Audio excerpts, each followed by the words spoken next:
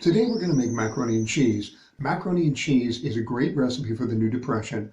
All of those little bits of Parmesan, Grana Padano, cheddar, the little bits left over, or some slicing cheese that you didn't put in a sandwich can go into a macaroni and cheese. Each time you make it, it will be original and it will be delicious. To make a bechamel sauce, you should use equal parts butter and flour by weight. Or if you've been doing this for as long as I have, you can just kind of wing it until you get the right texture. And then you cook it. Cook it for quite a while until you've cooked off all the raw flour taste. If you like and you want a little bit of a nutty background flavor, then cook it into a roux. Let it go to a light copper.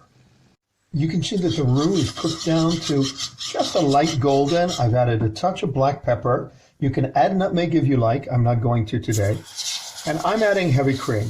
Most people use milk, but I'm kind of disgusting and I love fat.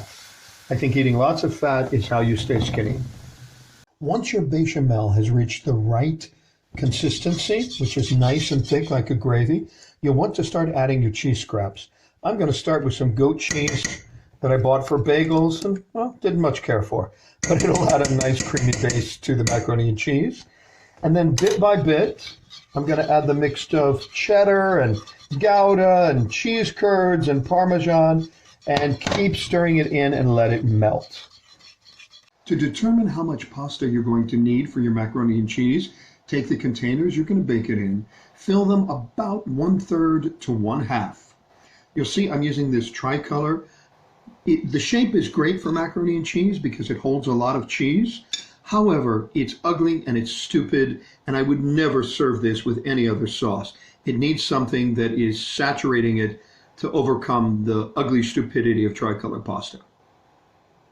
You want to drain the pasta when it is very al dente, even a tiny bit crisp, because it's going to cook more in the oven and you do not want mush on your hands.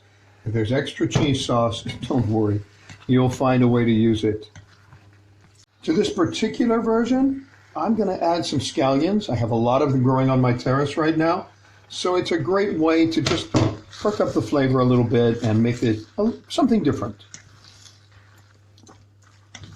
I love the cheese sauce, but I also like a little bit of cheese to melt into it and to be able to crisp with the breadcrumbs on top.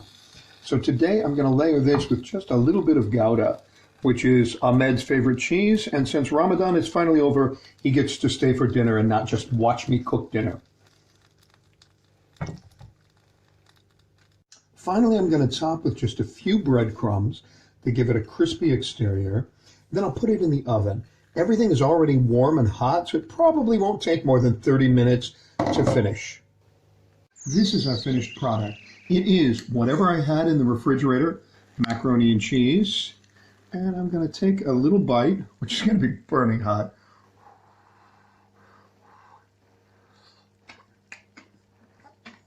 Oh my God.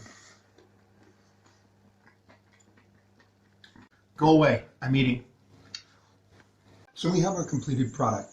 Fresh off the smoker, I've cut a little bite. You can see the rest of the chicken behind me. With a texture like butter, and a tangy flavor with just a hint of mustard, you cannot go wrong with this marinade. Have a lovely day and bon appetit.